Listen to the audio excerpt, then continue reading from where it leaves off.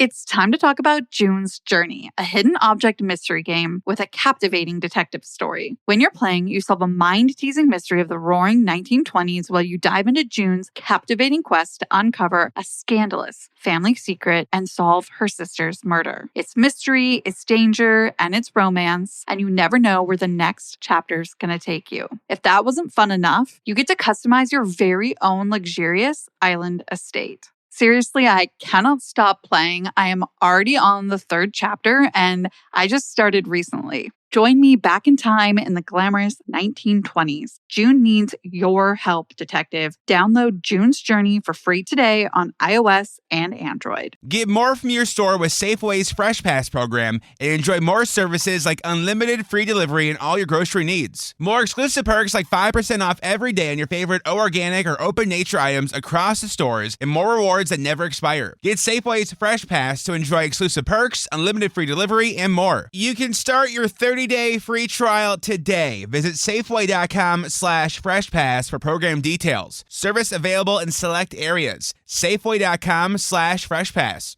This podcast may discuss topics graphic in nature and possibly triggering to survivors. We value the safety and well-being of all of our listeners, so please practice personal discretion. Now, enjoy the show. Hey, I'm Paige. And I'm Natalie. We're the hosts of the Murder Diaries podcast. We bonded over tacos and true crime after we matched on Bumble BFF. You know, like any normal millennial using an app to meet new friends. Every Thursday, we upload a new episode. In each episode of the Murder Diaries, we tell true crime one story at a time. One week it's my turn. And the next week it's mine. You still think it's in my head, but I'm walking with the dead. Molly McLaren was a young university student in the UK when she met who she thought was her true love. It was her first serious relationship, but before it even hit the year mark, her new boyfriend would show his true colors. Those true colors were murderous. This is the story of Molly McLaren. Molly Joanne McLaren was born May 26, 1994, in the Kent area of the UK. Her cousin Sam says that Molly was the happiest person she had ever met, and she always made her laugh. Molly was always up for a good time, she tells us. Quote, "There is nobody that she's ever met that didn't like her," end quote. Her friend and past colleague Amy says she was the person you relied on if you were having a bad day. She goes on to say that if you weren't having a great day, that Molly could, quote, "make it all okay again," end quote. Her friend Amelia recalls of Molly as being very motivating. Quote, "She really could motivate everyone around her without much trouble. It's just something that came naturally to her," end quote. Amelia also expresses how goofy or funny Molly could be, especially in classes, bringing life to the lectures that they attended together at the University of Kent. Molly's silly side did not inhibit her from achieving top marks in school, though, and Amelia reminds us in her interview that Molly got, quote, "amazing grades." The college master describes Molly as, quote, "a bouncy, lively personality, always full of enthusiasm." The college master of Kent University also tells us in her interview that one of her lecturers described Molly as, quote, "the light that came into the room," end quote. In another relatable description, Molly's friend Jennifer describes her as always having a coffee in her hand and being powered by coffee. Later on in the documentary that I have listed in the show notes as one of the main resources for this episode, Molly's friend Amelia continues to echo all of these sentiments of Molly being a pleasure to be around, and she recalls just how much she enjoyed being with Molly during their gym sessions and how Molly just made it so much fun. On top of her bright personality and spirit that her loved ones describe, Molly was beautiful on the outside as well. This didn't mean, of course, that Molly didn't have her struggles. In the past, Molly suffered from bulimia and worked very hard to stay in recovery. Molly also had a history of anxiety and depression. September of 2015 is when Molly started studying sport and exercise for health education at Kent University. The university was just 7 miles from where she grew up. She wanted to start a career in personal training. Molly's whole life was ahead of her, and she quickly made friends and began enjoying her time there. This is where she met her friends Amelia and Jennifer, and they were specifically who she began to get very close with very quickly. The girls shared classes together, and they all shared a passion for fitness as well. By June of 2016, Molly's first year of university was over, but her quest for love was not. Now, Molly was a bit of a romantic, and she was interested in finding a partner that she could connect with on a deeper personal level. The next month, in July of 2016, she matched with then 24-year-old Joshua Stimson. She matched with him on the popular dating app Tinder. Josh was living about 9 miles away, and after a few months of just messaging, they finally met up in person. Time went on, and they became an official couple. At 22 years old, it became Molly's first serious relationship. The two connected quickly in their shared history of anxiety, depression, and their shared love of fitness. By January of 2017, the two had been dating for a while, and Molly started to introduce him to her loved ones. The pair had a workout session with her friend Amelia, who I had mentioned earlier. And according to Amelia's interview, she says that he wasn't necessarily talking much to her or anything like that. He wasn't really making an effort to connect with Molly's friend. Amelia goes on to explain that during this gym session, she made some sort of joke, and she did not describe or explain what this joke was in the interview. But she mentions that later on, Josh was messaging Molly, and he was expressing some sort of disapproval of this joke. And to Amelia, it felt that he was trying to get in between she and Molly, which, of course, she did not appreciate. So what I'm getting from what you're saying, this is Joshua's first time meeting Molly's friend. And instead of wanting to win her over, he goes home and starts trashing Amelia to Molly. It was unclear from the interview if it was the exact first time, but it was absolutely a new relationship. He should have been trying to win her friends over, and he just wasn't, because guess what? Molly's friend Amy also recalls seeing red flags at this stage. Amy says that Josh would often guilt or manipulate Molly into spending all of her time with him, even when she was just trying to study for the day. She also mentions that Josh would just show up at her house unannounced, and Molly started noticing these red flags and feeling the stress of their relationship too. And we've seen this 100 times in other cases we've covered. The abuser will isolate the victim and try and get them away from anyone that they love. And what's so heartbreaking about this in Molly's case is that she had worked so hard to gain her life back, entering recovery from her eating disorder. And now she wasn't wanting to give up any of that freedom or energy to a relationship like she and Josh's was becoming. Because of that, she makes the hard decision to end the relationship by March of 2017. In a text thread, Molly tells Josh, quote, "We can't be together 24/7. I feel really pressured." Josh responds in a more manipulative manner and plays on Molly's emotions. "Please don't break up with me. I will literally beg. One chance is all I'm asking for. I will do anything." Now, unfortunately, Molly wasn't aware of Josh's violent history. When girlfriends have tried to break up with him before, he got violent. He even spit in an ex's face before. He also threatened to drown another ex, and he slashed her tires.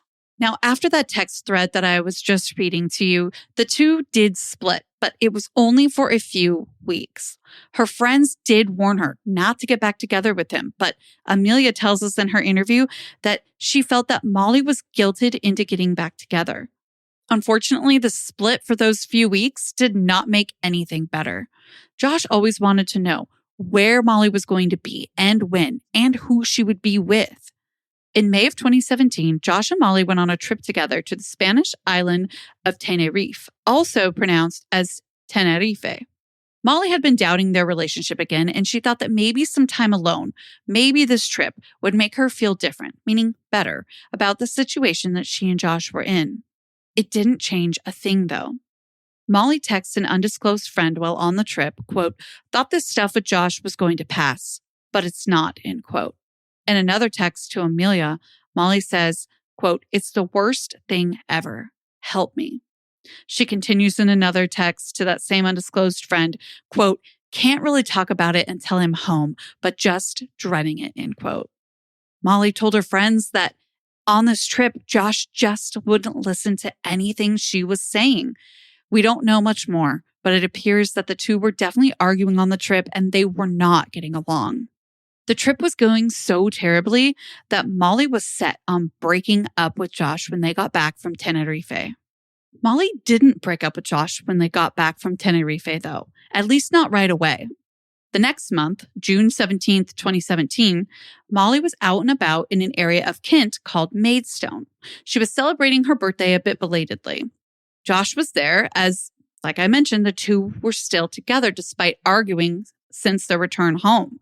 Now, this evening did start out normally, but an argument did start, and Molly broke up with him right then and there at the nightclub they were at. She was done. Josh yells, quote, "She's finished with me," end quote, as he left the club. This is one example of how Josh would choose to humiliate Molly in public.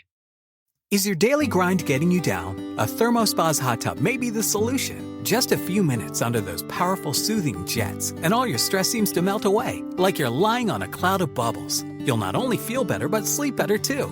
Call 877-861-4672 now, and for a limited time, save $1,250. Call 877-861-4672 or visit thermospas.com to schedule a free on-site assessment.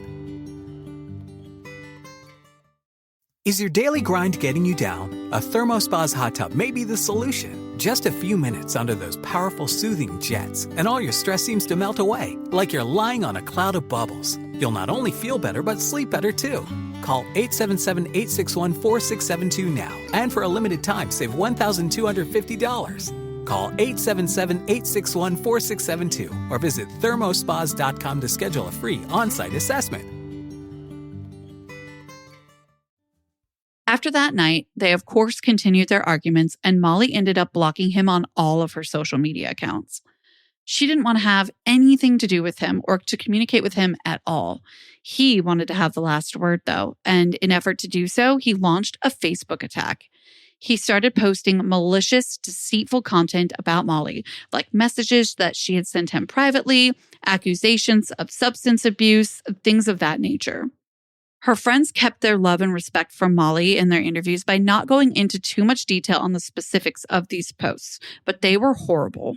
All we need to know is that he was doing this in an effort to disgrace Molly, to humiliate her, and he even went so far as to tag her family in the malicious posts that he made. And unfortunately, this says more about him than it does about Molly. The fact that he would drag someone who he supposedly loved says all we need to know. He was completely unhinged at this point. And it's also important to remember that Molly was trying to create a public image and a career in personal fitness. She was using things like Facebook and later Instagram to build that persona. So he knew exactly what he was doing. I hadn't even considered that. He could really affect her ability to grow a list of clientele. Her family and friends realized that too. And more than just being worried about that, they were worried about her safety. So on June 19th, a family member finally told Molly about these posts that Josh was making. Remember, she had blocked him, so she hadn't seen any of it. Molly didn't let this get her down, though. The next day, she continued with one foot in front of the other and applied for a receptionist position at the Nuffield Gym in Medway Valley Park. This is definitely a move towards her dream of becoming a personal trainer. Josh continues his attack on Molly and moves it to WhatsApp since he was blocked everywhere else. On June 21st, Molly sends a group message to her friends in WhatsApp and says, quote, "Josh has turned nasty. I'm scared he might hurt me. He knows my parents are going away for 2 weeks." In another chilling move, Josh posts, quote, "There's more to come," end quote. Now, he put this online, and it's unclear where he had put this from the sources, but Josh is continuing the attack for sure. On June 22nd, Molly and her mom decide to screenshot and print out all of the abuse and defamation Josh had been putting her through. The two went to the police station to report it and to get advice on how to get the posts removed. The response from the officer is to call Josh on speaker in front of Molly and her mom. The officer asks Josh, quote, "We're not going to have to talk about this again, are we?" Josh's reply, quote, aren't we? End quote. Maybe it's not connecting with me, but what does he mean by this? He's basically threatening to not stop. Aren't we going to talk about it again? Molly texted Amy about how frightening the whole phone call was. Her mom was so worried now, too. They passed out pictures to the neighbors to keep a lookout for Josh if he came anywhere near their home. I know at this point he's been publicly attacking her online, but the fact that he would so sarcastically respond to a law enforcement officer or even be so unembarrassed to talk to Molly that way in front of her mom says a lot about him and how far he's willing to go to make his point. It's absolutely chilling, and it doesn't surprise me that they felt the need to pass out pictures of him to their neighbors. It's such a violation of personal safety and autonomy.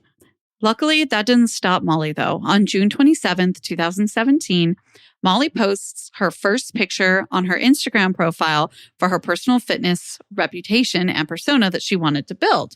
Her handle is still active and is at Fitspo Mall.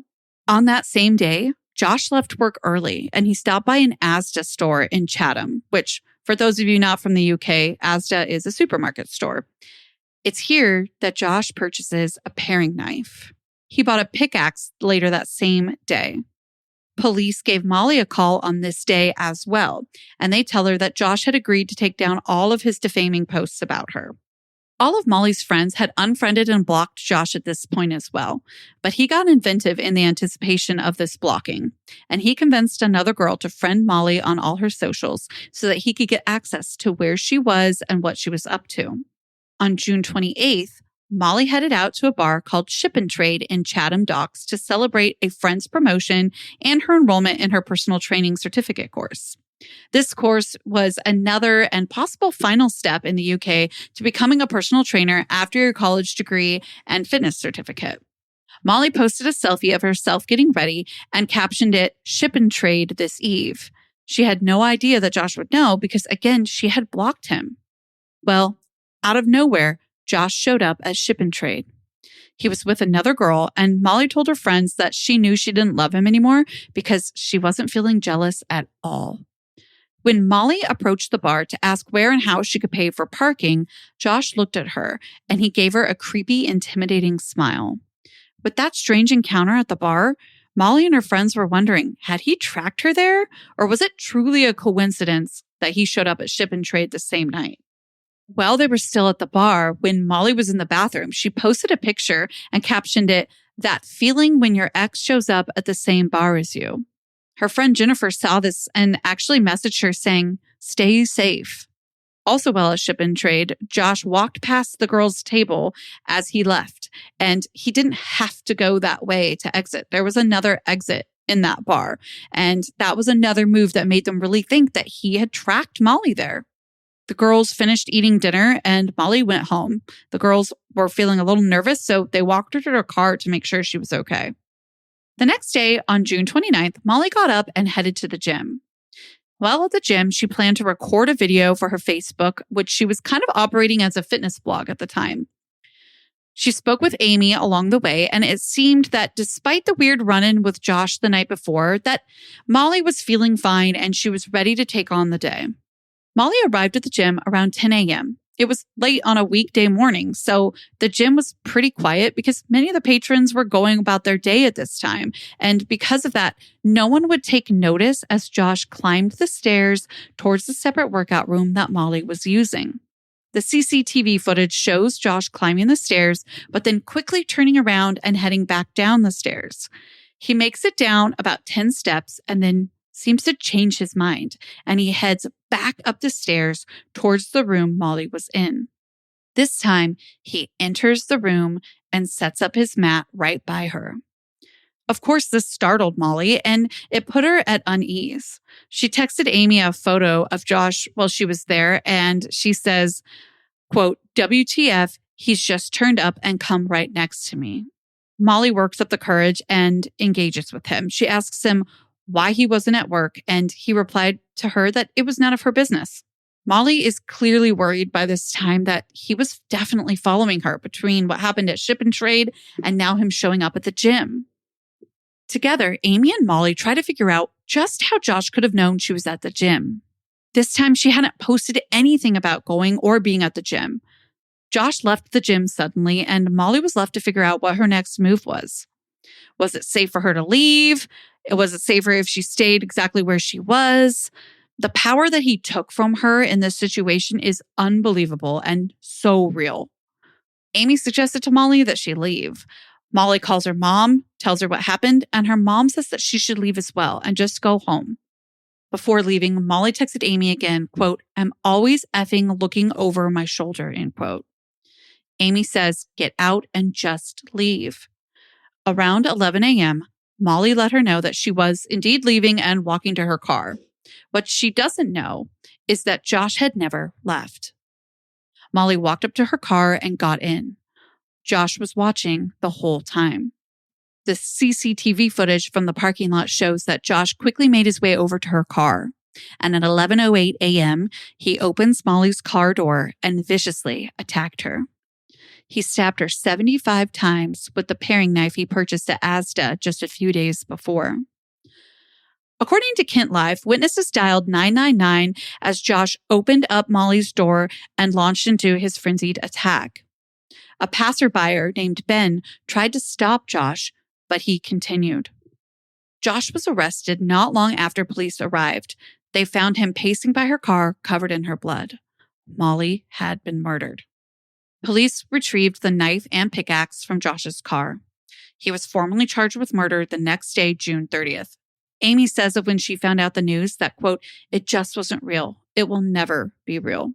Amelia recalls that she wasn't even able to really think. She was just in shock.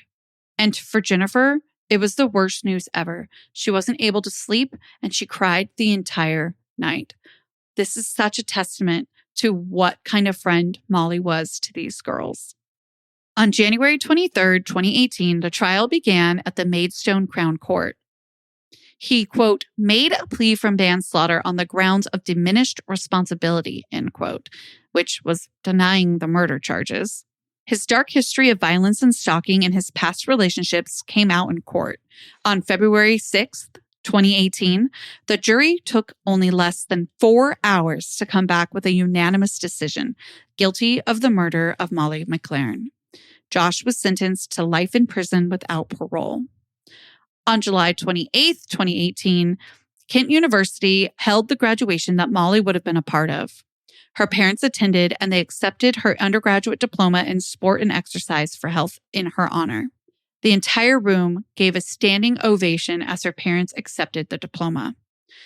Jennifer, who was also in attendance, recalled that, quote, "Everyone in that cathedral lifted the roof. We were cheering, we were whooping, and yeah, we were really, really remembering Molly," end quote. Also in Molly's honor, her friends and family set up a charity called the Molly McLaren Foundation. According to the foundation's website, it aims to fund established charities who educate, raise awareness, and provide support for people affected by eating disorders. As we end this episode, I'll leave us with a quote from the last note/blog post that Molly posted on her Facebook.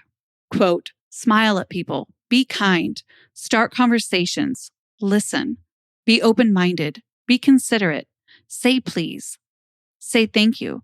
Be kind to everyone as you don't know what battles they are facing. Impress people in the right ways.